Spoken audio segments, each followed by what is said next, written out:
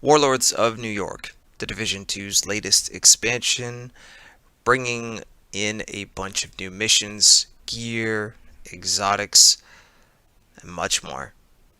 I wanted to wait until some of the hype had died down, until the seasons were released, as they are a new addition to the game, before I actually reviewed it.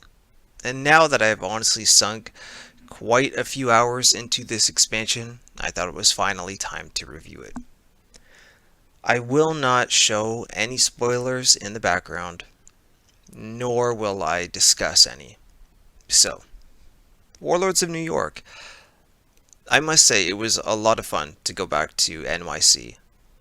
I think that as good as Washington is, a lot of people miss being in New York. The first game was something special, and that location is, of course, iconic.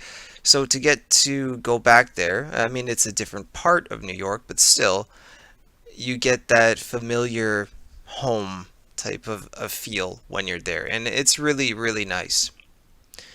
Aaron Keener, the man, the myth, the legend, the one who has been taunting us from the first game, all of those audio recordings, especially if you really did listen to all of them and you really are interested in his storyline, you will be very happy with this expansion because even though I could say so much about Aaron Keener, I won't.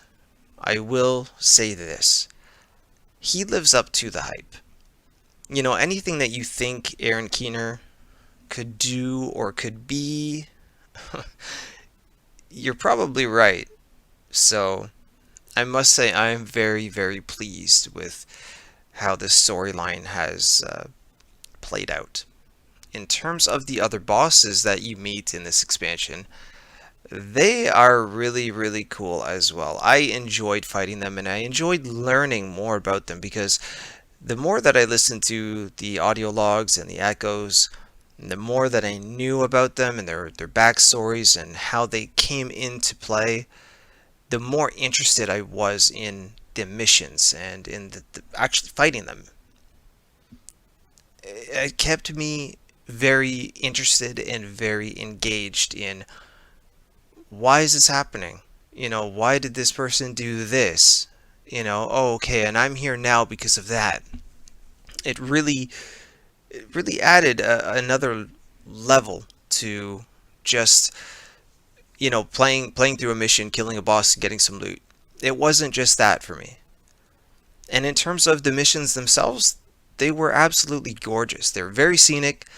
There was so much to do in them because they all have these little secret rooms and puzzles that you can solve, which I thought was really cool. The missions were not short like Amherst Apartment or Madison Field Hospital, so you couldn't just sprint through them. And the setting, each one was just so different from the last. I had a lot of fun just being in them. And like I said, the bosses, they all have their own personalities, they all do their own thing, and obviously there are new skills in the game as well. I'll touch on those in a moment. So those battles were very, very enjoyable. So, moving on from there, there is another foe in the game. And I don't mean the hunters that you're seeing here in the background, because yes, they have made a return to the game as well. There are new masks to collect, and there is an off-white box in Haven, which is the safe house here in New York City. The community is still yet to solve the riddle to getting the last hunter to spawn, so that we could finally open up the box after we kill this hunter. So I don't know what reward awaits us when we open up that box yet, but it is very nice to have hunters back in the game and new masks to go after. But the foe that I'm talking about are rogue agents. Rogue agents can hunt you at any given time. They can show up out of absolutely nowhere and appear anywhere. In a mission, in the open world, at a control point, it doesn't matter. They can show up, and they are so much fun to fight. They do get your heart pumping. They have a lot of really, really cool tricks up their sleeves, and they drop some pretty awesome loot if you defeat them. So that right there, a lot of people from the first game wanted to have hunters hunt us in the open world. Well, we got the next best thing. So that was a great addition to the game. Furthermore, another one which is top notch because Gear has been reworked. We have a new system, Gear 2.0. There are plenty of explanation and tutorial videos on Gear 2.0 on YouTube because that could be an entire video on its own. So I'm not going to go into everything about Gear 2.0. Feel free to just look it up on YouTube. There are plenty other great Division content creators that have made guides and tutorials on how the whole new system works. Not that hard. We now have a library so that we can extract all of our talents and attributes and put them into this library. So there's no need to constantly have to refarm gear just for one specific talent or attribute. So now when you get them, if you put them into the library, they're there for good. So anytime you want to change your build, you want to put together a new one, and you need that one talent off of, a chess piece that you didn't want to dismantle, you don't have to worry about that anymore. Now you can just take it from the library as many times as you want to.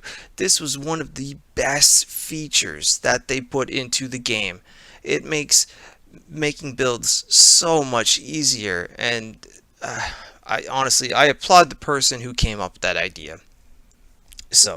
And in terms of Gear 2.0 and the way that they reworked a lot of the talents on Gear, I must say that I really do like it. It is a nice change. We have brand new exotics in the game as well.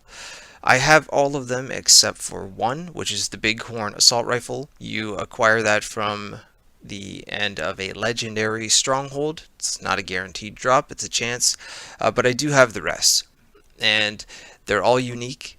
They all are extremely useful and very enjoyable to use. Honestly, I don't have a negative thing to say about the new exotics. I love all of them. Hopefully, I do get the Bighorn at some point. We have new named items in the game also, with some more perfect talents on them. I do like the perfect talents. I thought that they were a good addition to the game a few updates ago, but now we have even more in the game. Moving on from there, we have Seasons. Seasons, I think, is an excellent way to add replayability to the game. Before Seasons were introduced, I really didn't have any desire to refarm invaded missions or control points, but now with Seasons, because once you complete a few specific objectives, it will lead you to a new target to hunt down, and also the I'm gonna call it a battle pass for lack of a better word. There's so many cool things to unlock in the battle pass, new cosmetics, new gear. The rolls on the gear are typically very high. I'm actually really impressed with how good the rewards actually are, especially in terms of stats. So Seasons, I think, were a great idea. It is a way to keep players constantly engaged, and you are constantly being rewarded for your playtime. So in terms of PvP, I'm actually enjoying it again for the first time in a long time. I do want to say this before I forget. In terms of the NPCs, at the moment of making this video, I do think that they hit a little bit too hard and they're a little bit too bullet spongy. Other than that, I don't have any complaints. I just think that they need to be tweaked a little bit. But yeah, back to PvP real quick. Again, I enjoy it. The new talents in the gear, and we have old gear sets that have, well, at least for now, one returning from the Division 1, which is Striker. They're just, it's so much fun. So much fun to have Striker back. We also have a new one called System Corruption, which is based around PvP. Again, I don't know if people are going to consider that a spoiler if I go into what they do, so I'm just going to skip that. But the new gear sets are awesome. We have new skills as well. As you saw, that was the shock trap there in the background. The new skills are a blast to use. Again, it could be a whole full-blown video that I could discuss the new skills and tell you what they do and everything, but there isn't one, yet again, that I don't like. And please know, I'm not being paid to say any of this. This is just my 2 cents. I get nothing from this review. This is just my opinion because I want the people that are on the fence on whether they should or shouldn't get the game, I just want them to know what it's like. What I really do think of the game. I don't have anything negative to say other than the NPCs are a little bit too bullet spongy. Heck, even the purple drops can roll some of the highest stats on your gear now, and thanks to the library, you can make use out of them. There is more good in the Division 2 now than there ever has been, and that's my opinion. So, hopefully you guys enjoyed the video. I would love to hear from you all in the comment section, whether you own the expansion or you do not own the expansion. I would like to hear from you guys. I would like to know what your favorite part is of the expansion for those of you that have it, and what is holding you back for those of you that don't have it. I know a lot of people think that this should have been free and should have been within the 1 year mark of the first season pass, and I do think that the year 1 pass was a little bit of a disappointment, but that aside, there's so much to do here now in this that to me it was worth the money. I couldn't be happier. So again, I would love to hear from you all down in the comment section. Quick summary: new missions, new exotics, new gear, new enemies, and there's still much more to come. We don't even have the raid yet, and I know again, yeah, it should have already been out, but it's still coming, and there's still plenty more to do. There's a lot of fun to be had within the Division 2. I'm out of here, guys. Drop a like on the video if you guys enjoyed it. Consider subscribing as well for plenty more Division 2 content, and don't forget to follow me over on Twitter @AfflictedGamer. Other than that, I will see you guys very soon in the next video. Until then, take care, agents. Thank you so much for watching.